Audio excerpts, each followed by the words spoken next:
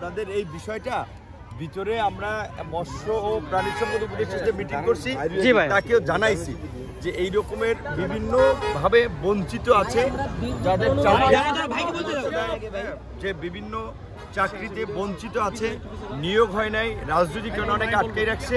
কাজে আপনারা যেহেতু ছাত্র জনতার একটা অপার সমর্থন, অসম্ভব রকমের সাপোর্ট নিয়ে আপনারা এখানে আছেন, আপনারা তাদের দাবি দেওয়াগুলো বাস্তবায়নে একটু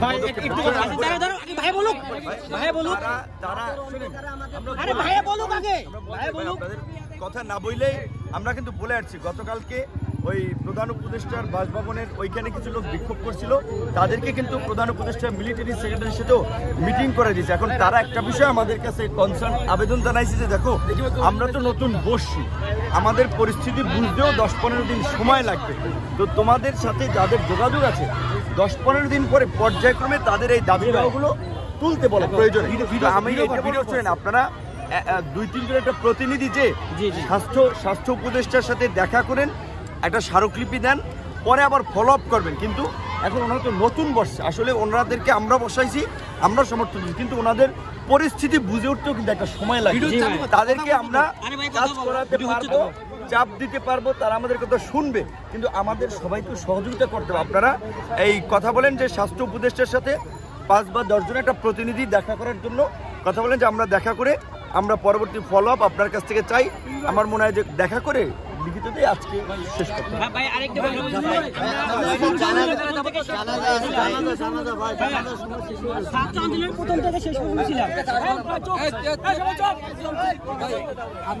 আমি দেখছি যে বিভিন্ন সময় আপনি এই যে দেশের বৈষম্য বিরোধের সাথে লড়ে যাচ্ছেন, এখন এই জায়গা থেকে যে স্বাস্থ্য অধিদপ্তরের একটা বড় বৈষম্য, আপনি জানেন যে আপনার এলাকায়ও যে স্বাস্থ্যসেবা আপনার বাবা আমাদের সবাই স্বাস্থ্যসেবা সেখানে কোয়াক ডাক্তারদের মাধ্যমে দেওয়া হয়, কিন্তু ইমার্জেন্সিগুলোতে আমাদের এই যে উপসহকারী কমিউনিটি মেডিকেল অফিসার এদের দ্বারা স্বাস্থ্যসেবা দেওয়া হয় বাংলাদেশে 50,000-এর বেশি, কিন্তু এদের কাজে লাগানো হচ্ছে না।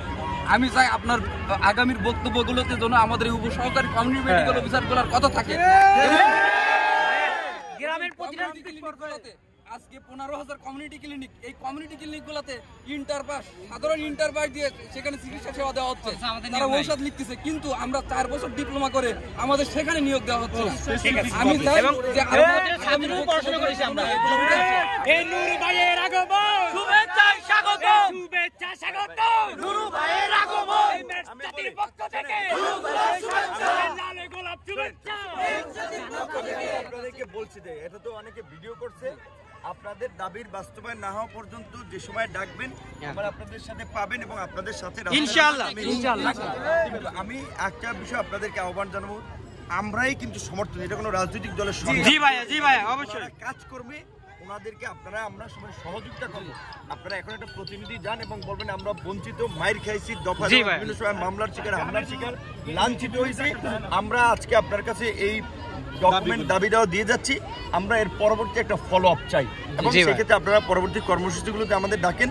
আমরা পাবো এখন আমাদের একজন ছাত্র চিকিৎসাধীন অবস্থা ঢাকা মেডিকেলে মারা গেছিল, ওর জানা যায় আমরা যাবো ভালো।